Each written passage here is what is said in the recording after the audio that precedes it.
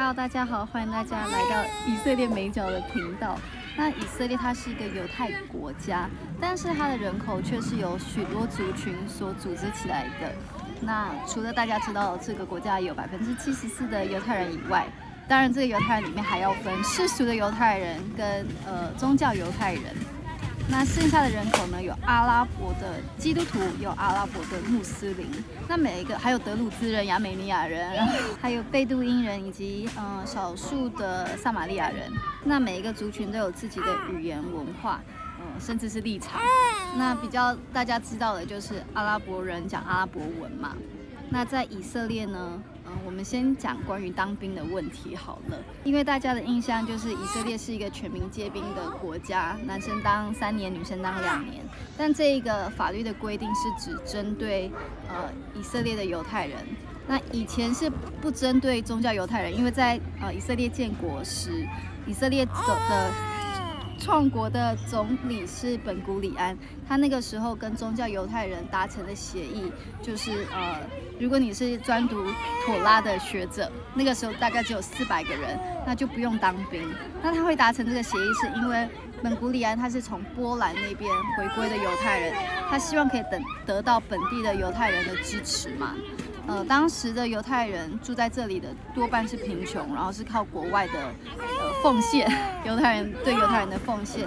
然后才能够在这块土地上用一种很贫瘠的方式生活。那总之呢，以色列它现在新的法律就是说会对宗教犹太人也征兵了，因为以色列实在是一个太小的国家，每个公民都有义务嘛。但是当兵的限制呢？依旧是没有针对阿拉伯人，因为历史的关系，会觉得说阿拉伯穆斯林就是要让他们对以色列效忠很困难。但是其实阿拉伯人跟贝都因人的血缘是一样，然后在以色列贝都因人就会当兵，然后德鲁兹人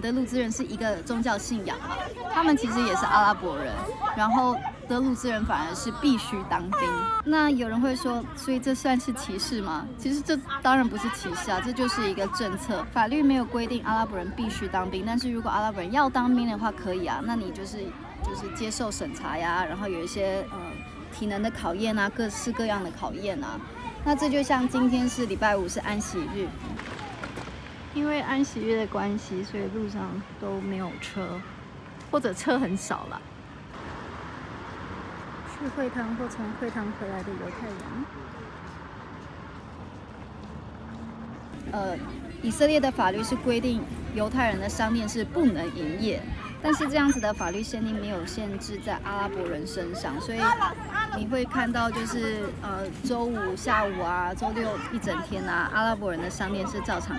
营业，不会受到限制。那我相信大家不会说这是歧视，你歧视我，所以你让我继续营业，不会这样讲嘛。所以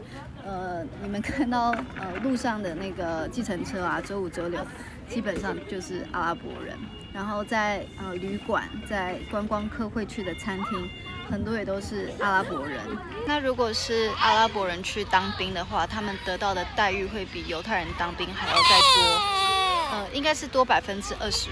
我不是很确定实际的金额，但是他的薪水是更高的，然后福利也是更好的。那比较著名的当兵的基督徒，阿拉伯基督徒就是Yusuf Haddad， 大家有兴趣的话可以 follow 他的 IG 或者是 YouTube 频道。那我想给大家看一下我们现在坐的公园，因为现在是礼拜5安息日的晚上7点多，那大部分犹太人要么是在家吃安息日晚餐，或者说是在犹太会堂。那工人呢，反而就变成了不用去会堂，也不用去守安息日的阿拉伯人的天下。那我再重复一次，如果阿拉伯人、穆斯林或基督徒想要守安息日，没有人限制说他们不可以，这是被欢迎的。可是他们就是因为文化不一样，信仰不一样，所以他们没有守安息日，这跟歧视没有关系，这就是不同族群的文化背景不一样而已。所以几乎你们看到的全部都是阿拉伯人，很明显啦，就是他们戴的头巾啊。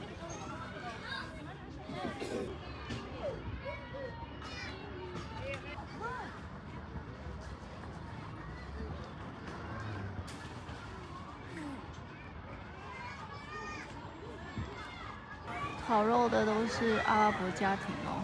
这边虽然看不清楚。那这个公园就在耶路撒冷第一火车站的旁边，叫做自由公园 （Liberty Park）。大家可以在 Google Maps 找到，然后以后有机会的时候也可以过来。他们烤肉烤得很香，然后还有抽水烟。抽水烟其实也是阿拉伯人特有的文化。即便大家都住在一起，但是你很少会看到犹太人抽水烟，我也不知道为什么。那我自己有一个疑问，就是阿拉伯人住的地方会有防空洞吗？那其实这个问题我自己找到答案，就是住家他不会因为你是阿拉伯人或者是犹太人，然后就改变他自己里面的格局。那大部分我们住在这里的人都是租房子，除非你很有钱，你可以买房子。但是如果是祖产那种，1991年前就盖了，那绝对就不会有防空洞。只是那个区域会不会有那个公共的防空洞，就很难讲。但是如果阿拉伯人或犹太人租的房子是在1991年以后盖的，那就会有防空洞。所以我认识了几个阿拉伯人，他们家的房子是有防空洞，但这不是因为他是阿拉伯人或者不是阿拉伯人，就只是因为他选择租的地方，然后那个房子比较新，就有防空洞。那我也有认识犹太人的朋友，然后他们的房子因为比较旧，所以没有防空洞，就是住家里面的，然后就要像我们家一样，到楼下去用公共的防空洞。那所以这跟是不是阿拉伯人就没有关联。那举例来说，应该是6月14号或15号被谋杀的那4个基督徒女生，她们是阿拉伯人嘛？他们家应该就是没有防空洞，比较古老的那种阿拉伯的豪宅、别墅、独栋的。那所以他们就因为伊朗的导弹，所以就被谋杀了。也就是说，伊朗他打邪恶的以色列，其实他打21%的几率是会打到阿拉伯人的，但是伊朗无所谓啊，因为已经把以色列就是妖魔化了，觉得以色列它的存在就是一个犹太复国主义的存在，然后所以整个国家都必须要被歼灭。然后对于这些与以色列站立的阿拉伯人，对伊朗来说就是敌人，不管他的宗教信仰是什么。那也确实，这些能够继续住在以色列的阿拉伯人，就是大部分跟以色列站立，是从1948年以色列建国的时候就选择留下来，没有对犹太人进行攻击。那很多的阿拉伯人那个时候离开以色列，当时还不叫以色列啦，就是这块土地那时候被英国人称为巴勒斯坦，但古老的名字是犹大省。那这些人他们没有听从伊斯兰领袖的怂恿，没有说到旁边的国家去暂时避难，然后战争打赢了就可以回来，然后可以分土地啊、大房子啊，反而这些人留下来，然后以色列打赢了，然后就给这些人同样的权利，同样的公民的权利。当然那个时候阿拉伯人不可能知道以色列会打赢嘛，所以对他们来讲也是付了很大的代价。当然我会说历史不是非黑即白。我有认识一个家庭，就是他的祖母当时就是暂时离开打仗的这个区域，并不是因为反对犹太人或者反对以色列的建国，只是单纯就是因为当时需要去避难，然后也没有想到说这样子的一个决定会有这么大的影响。那所以我的朋友到现在他正在申请以色列的公民，但他的正在申请也过了蛮多年了，还没有申请到，就蛮困难的。那他就是祖产就没有了嘛，因为你离开在那个当时的历史背景下，那就是以色列政府就会收走。但是我也觉得很奇妙啦，他对以色列没有任何的怨言，就觉得当时历史就是这样。同样的事情发生在很多人的身上，那既然上帝允许这样的事情发生，那上帝还可以再给予。然后同样的也是因为这是发生在他阿公阿嬷的身上，不是在他自己的身上，所以就可能比较看得开啦，比较会看现在是什么样的一个局势。如果有兴趣看细节的话，可以看《以哈战伤》的这本书，我有写在里面。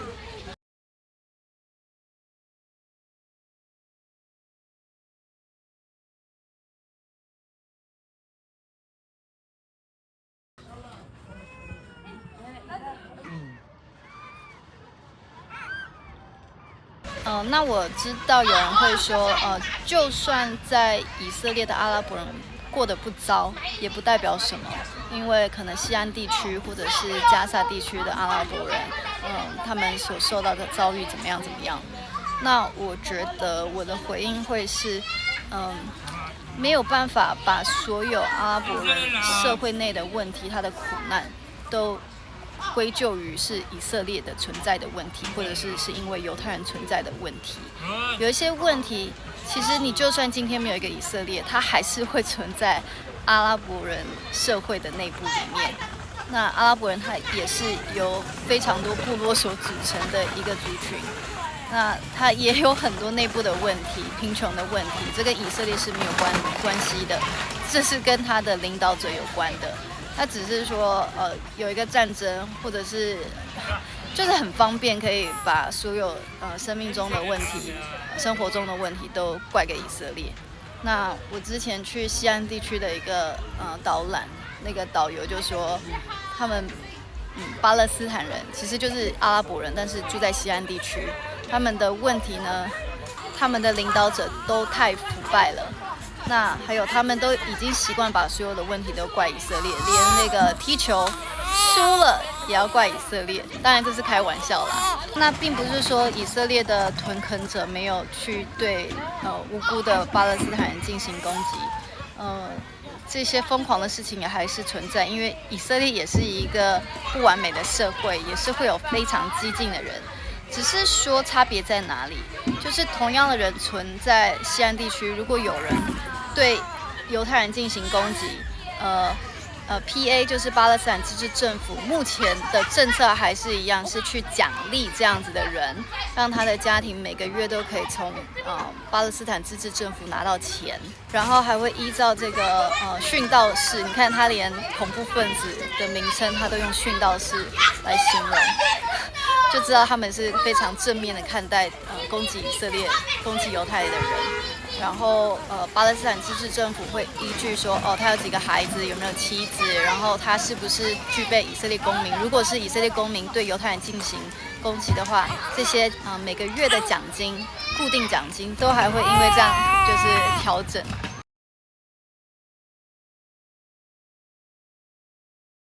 那以色列这边的话，它有军事法庭嘛，所以如果有人是嫌疑犯做了这样的事情，就会被抓起来。只是说常常会因为没有足够的证据，那这些应该被判刑的人，可能就是被判太轻，或者是完全没判就被放走了。所以我说，并不是说以色列有完全的正义，只是说在原则上面，以色列从来就不赞成恐怖主义，只是还是会有这样子的人。那另外一边呢，是希望可以对以色列造成越大的伤害越好，然后普遍的现象是赞成的风气。那因为过去的血腥冲突实在是太多了，特别是在第二次大起义的时候，就是我上一集影片的时候有提到，所以这些创伤，因为它一直都存在，然后不断的被掀开，所以两边的人民其实都是很痛苦的。要去拥抱和平，它是困难的，因为你有伤口嘛。那只是说相对来讲，可能比较有能力去伸出橄榄枝的还是以色列这边。只是说这个伸出橄榄枝的意愿，就算以前有，在10月7号之后，很难有啦。那我记得我在希伯来大学念研究所的时候，班上有一个犹太女生，她跟她的男朋友、未婚夫一起有一个非营利组织，就是教犹太人阿拉伯文。为什么要做这件事情？因为他们觉得阿拉伯文很重要。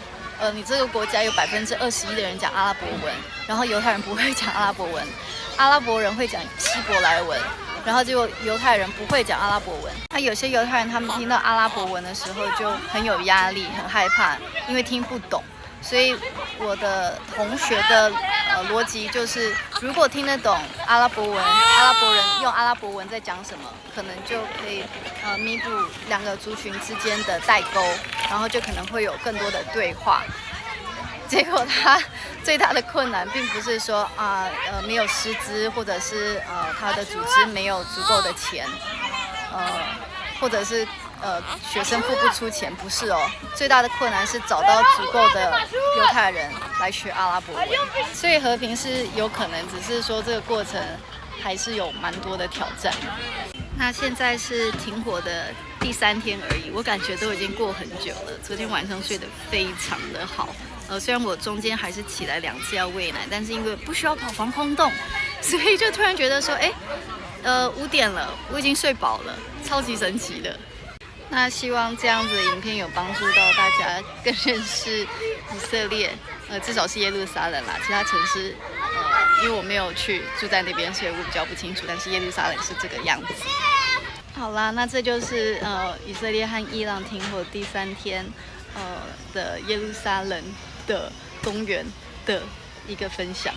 欢迎大家继续追踪以色列美角这个频道，或者是分享给你的朋友哦。好，大家拜拜。